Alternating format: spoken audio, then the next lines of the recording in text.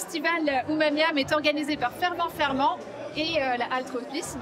Non seulement l'entrée est gratuite, mais en plus on vous offre des ferments à faire à la maison.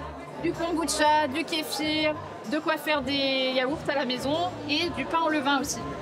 Allez, je te montrer quelque chose dont on a parlé. Bonjour. Bonjour. Alors je m'appelle Daliane, je suis située dans la Drôme à côté de Valence et je fabrique du tempeh à base de pois chiches bio et local.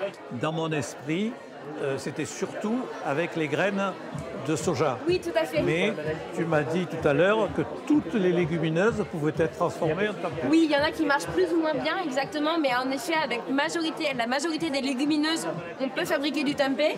Le principe, c'est quoi? Ça se fabrique comment alors? Pour fabriquer le tempeh de pois chiches, je prends mon pois chiche que je fais tremper, puis que je cuis en sous-cuisson, al dente.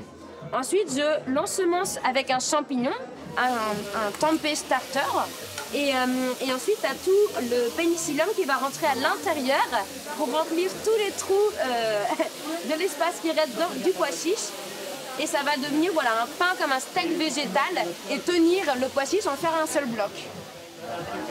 Ça prend combien de temps? Ça prend 48 heures à 30 degrés dans une chambre de fermentation.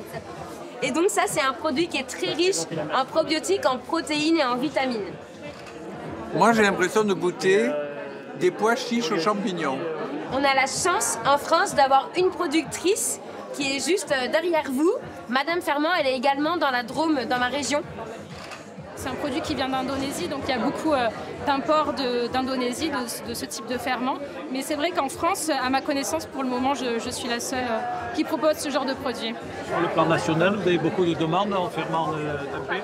Oui, alors le tempeh, ça devient quand même un ingrédient qui devient de plus en plus populaire. Je pense notamment que c'est relié à la demande, le fait qu'il y ait de plus en plus de gens qui veulent limiter leur consommation de viande.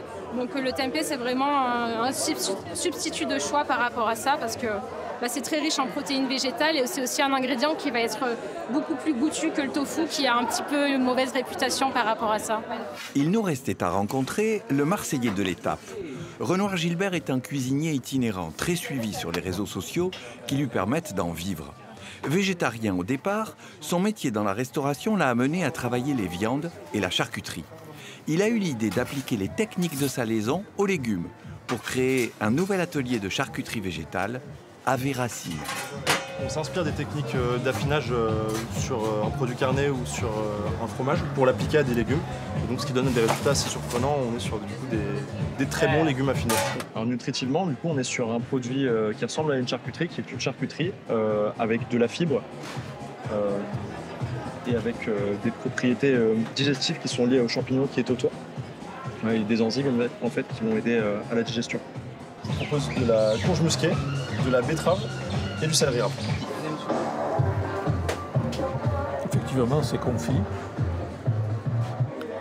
Là, le goût du céleri rave ressort, agréablement d'ailleurs. L'idée, c'était de proposer quelque chose qui puisse permettre aux personnes en quête de plus de légumes dans leurs apéritifs, autre chose que la sempiternelle chips de légumes qu'on voit beaucoup ces dernières années. Doucement.